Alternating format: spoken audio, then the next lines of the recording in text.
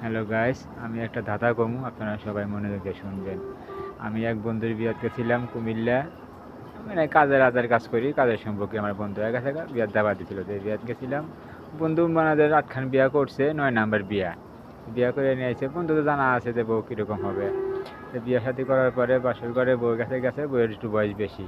এখন আমার বন্ধু বই গুতাইতেছে যে বিবি আমি ঠকি নাই রে, তুমি আমার 9 নাম্বার বিবি রে।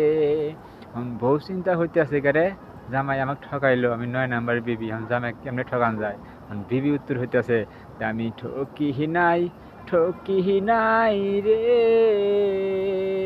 তুমি আমার 10 নাম্বার স্বামী রে। ভাই গাছটা আমার কথাটা কেমন লাগে ভাই, যা ভালো লাগে ভাই কমেন্টে জানাই দিবেন। খুদা হাফেজ।